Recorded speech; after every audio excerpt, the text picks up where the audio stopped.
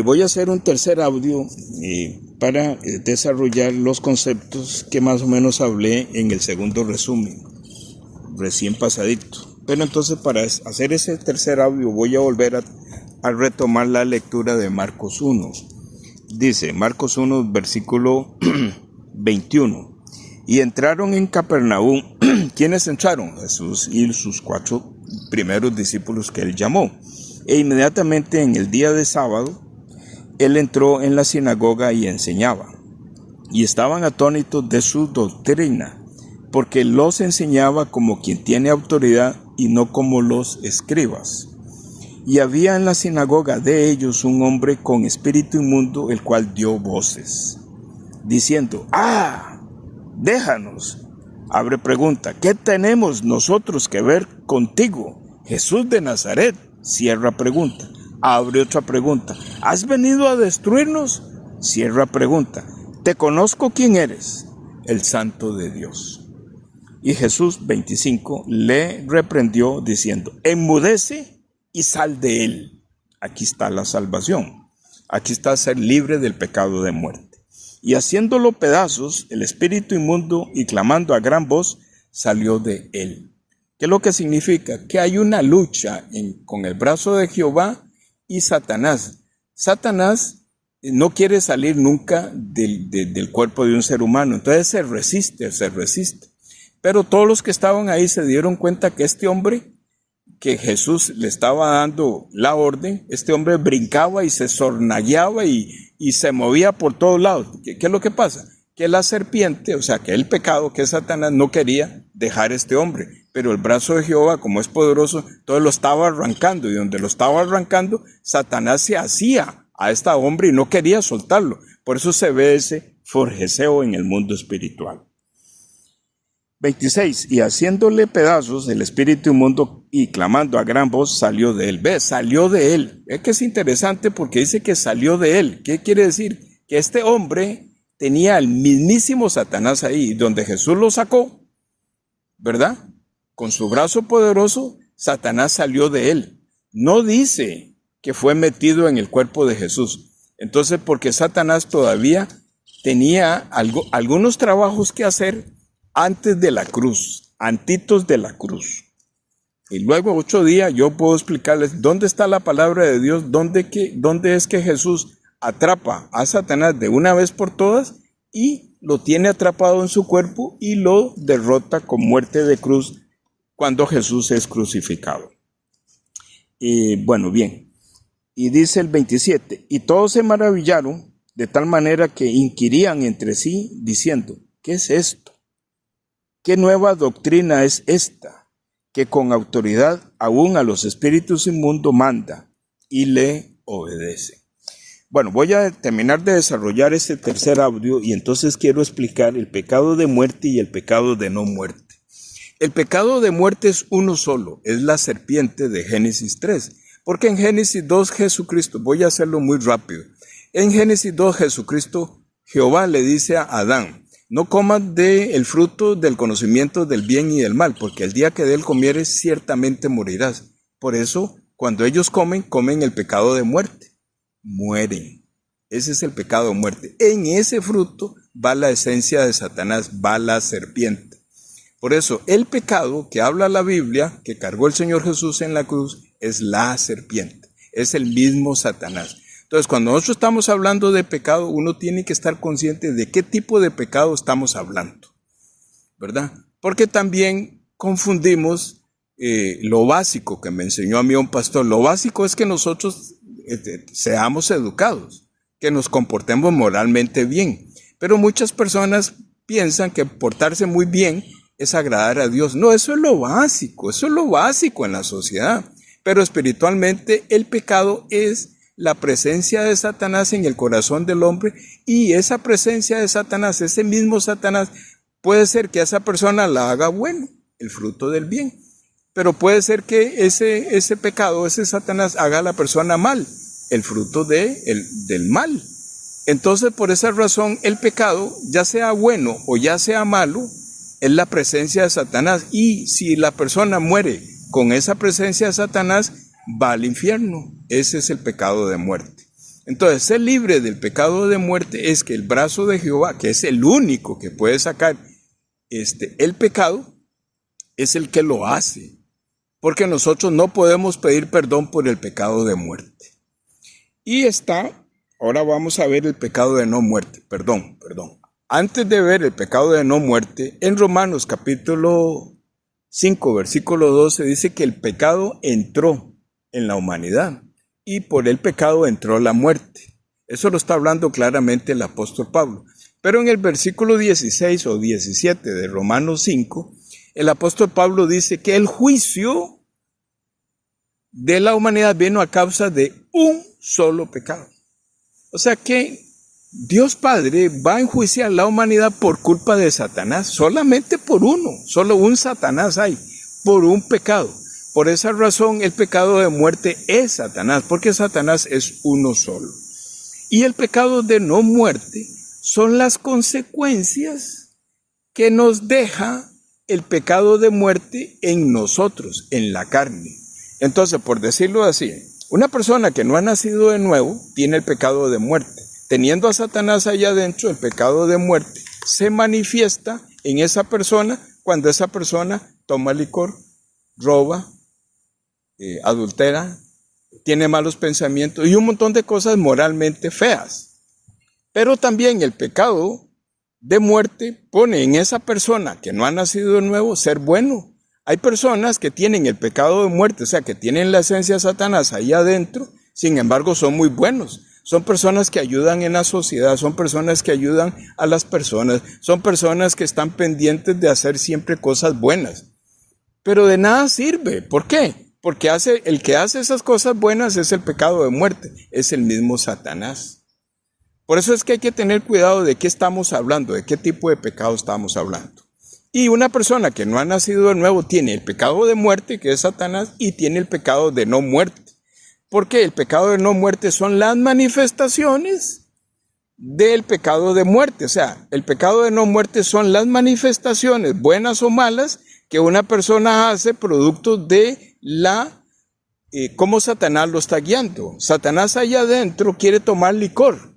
Entonces, como él no tiene cuerpo, entonces utiliza personas que tienen cuerpo y los hacen tomar licor y toman licor, porque Satanás quiere saber a qué sabe el licor. Entonces, tomar licor es una señal clara e inequívoca de que tiene el pecado de muerte. Y tomar licor es lo que se llama el pecado de no muerte.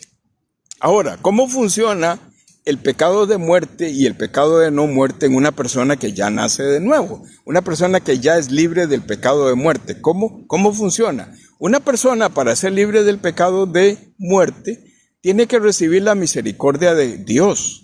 Si Dios le quita la serpiente, si Dios y el brazo de Jehová le quita a Satanás a esa persona es libre del pecado de muerte. Pero el apóstol Pablo nos enseña que el pecado de no muerte continúa. Porque el apóstol Pablo dice, ¿quién me librará a mí de este cuerpo de pecado? ¿Qué es lo que estoy diciendo? Que cuando nosotros aparecimos en el planeta, traíamos un espíritu viviente y una alma. Y fuimos encerrados en un cuerpo que está hecho de la esencia de Satanás.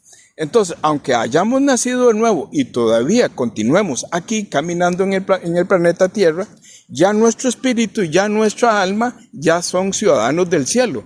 Pero sin embargo, estamos atrapados en este cuerpo, pero este cuerpo tiene allá adentro la esencia de Satanás. Entonces en nosotros quedó la mala costumbre de robar o quedó la mala costumbre de tomar licor.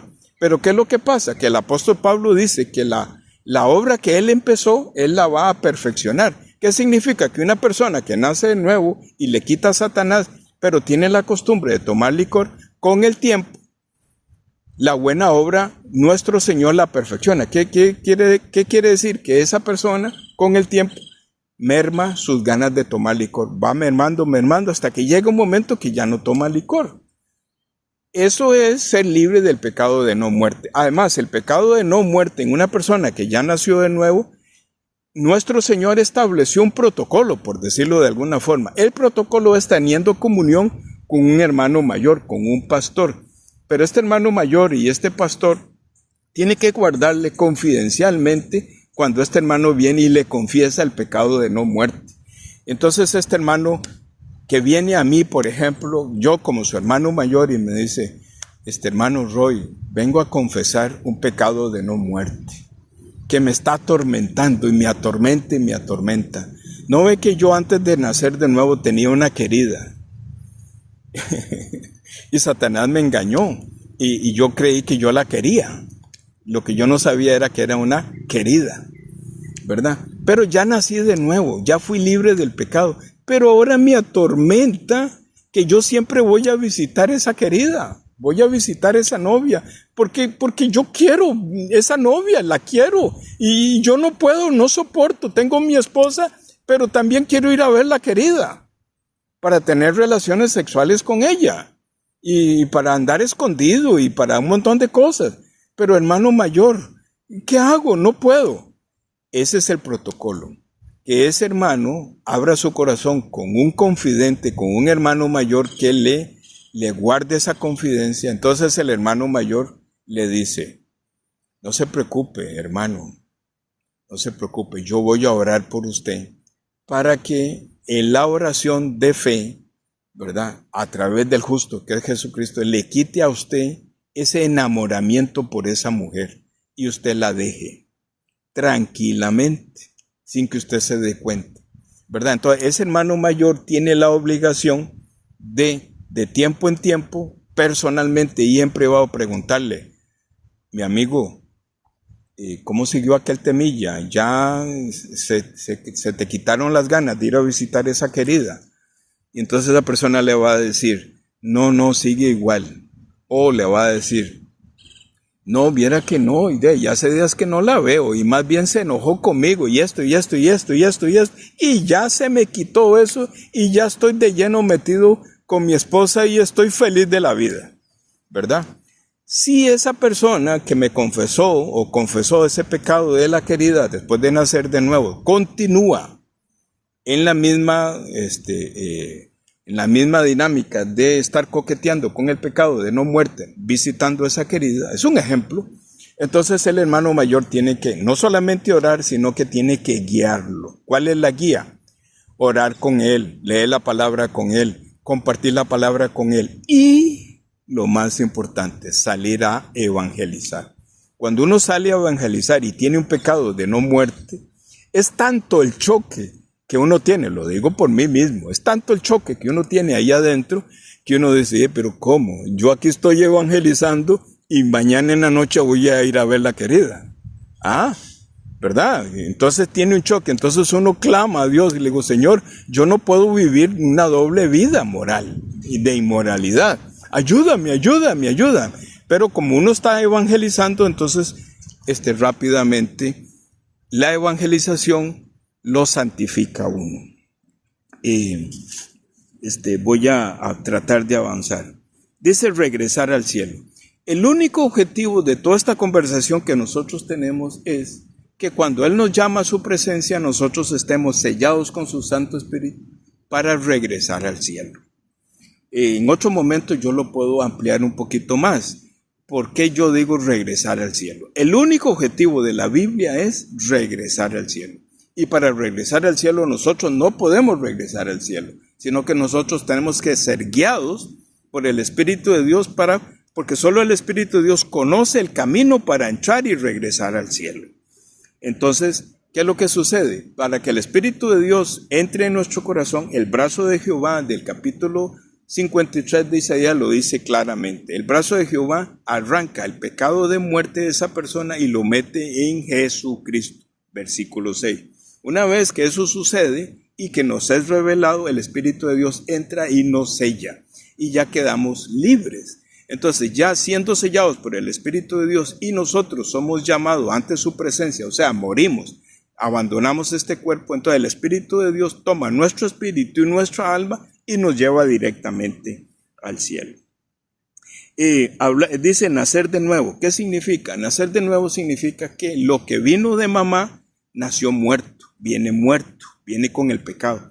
Entonces, para poder entrar al cielo hay que nacer de nuevo, hay que tener un espíritu y una alma conforme al corazón de Jesucristo. Entonces nosotros tenemos que ser ingresados dentro de Jesucristo para poder subir al cielo. Pero para poder entrar dentro de Jesucristo necesitamos un cuerpo glorificado, como el de Jesucristo. Jesucristo, antes de ascender al cielo, Él tenía un cuerpo glorificado. Entonces nosotros tenemos que nacer de nuevo con un cuerpo glorificado. Y ese cuerpo glorificado tiene que tener una sangre. Esa sangre es especial. Esa sangre es la sangre de Jesucristo. Por esa razón tenemos que nacer de nuevo, para tener el cuerpo de Jesucristo resucitado y tener la sangre de Jesucristo resucitada, para poder estar dentro de Jesucristo, que es la puerta para entrar al cielo, y entonces podemos de esa manera entrar al cielo. Lo dije muy rápido, pero luego yo lo puedo mencionar un poquito más. Luego sigue lo del pecado. ¿Qué fue lo que hablé en el resumen extendidamente? Que mucha gente hoy en día, yo escucho en los púlpitos, el pecado, es que usted es un pecador, y es que usted tiene que ser libre del pecado y el pecado y el pecado. Entonces yo a veces me pregunto, ¿de qué están hablando?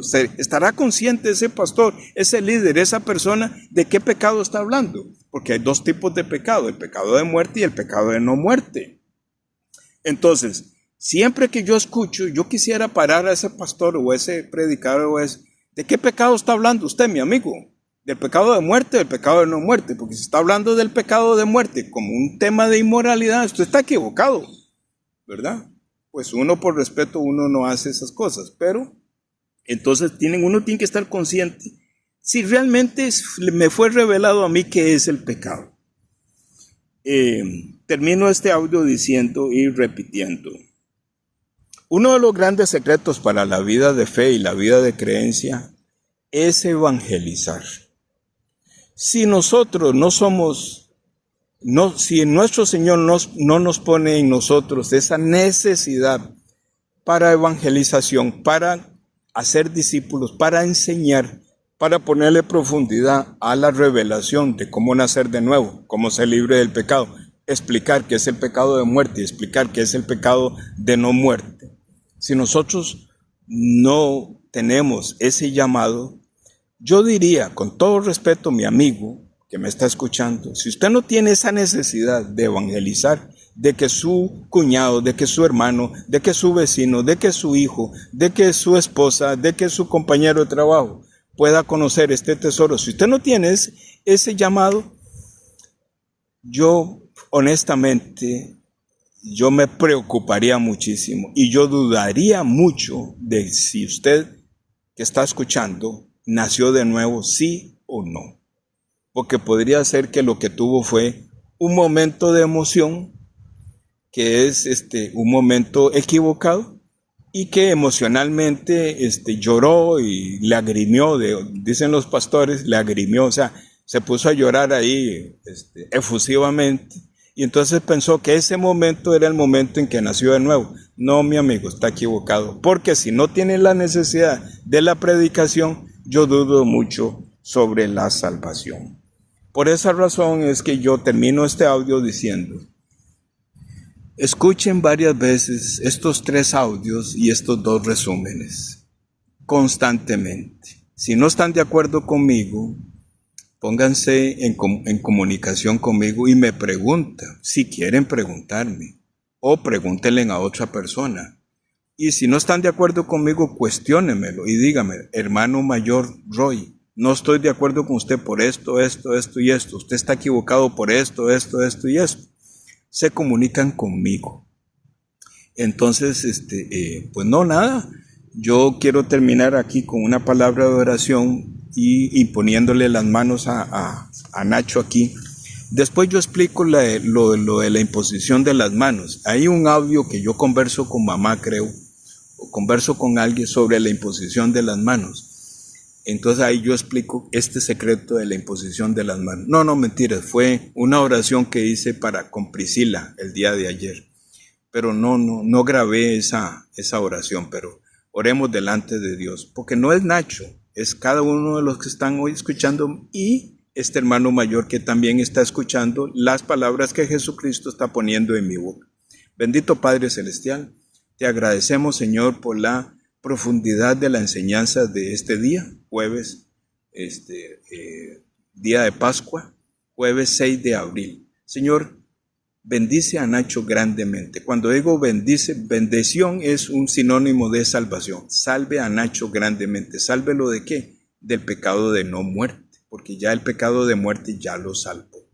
Señor, y ponga en él ese deseo, porque él lo tiene, ese deseo de seguir predicando.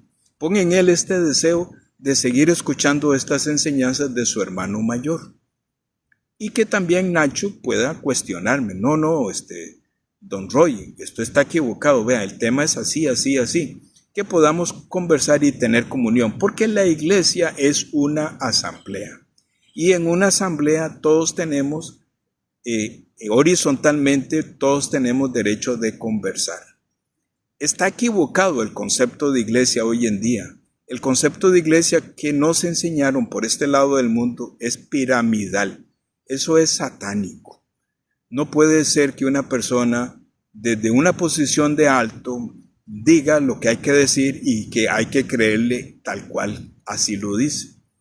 Puede ser que te esté correctamente, pero si no hay feedback, si no hay horizontabilidad, si no hay feedback, si no hay retroalimentación, esa enseñanza es satánica, porque la iglesia es horizontal. El Señor Jesús se sentaba y enseñaba. ¿Qué quiere decir? Que estaba al mismo nivel de ellos. Y ellos le podían preguntar una vez y otra vez.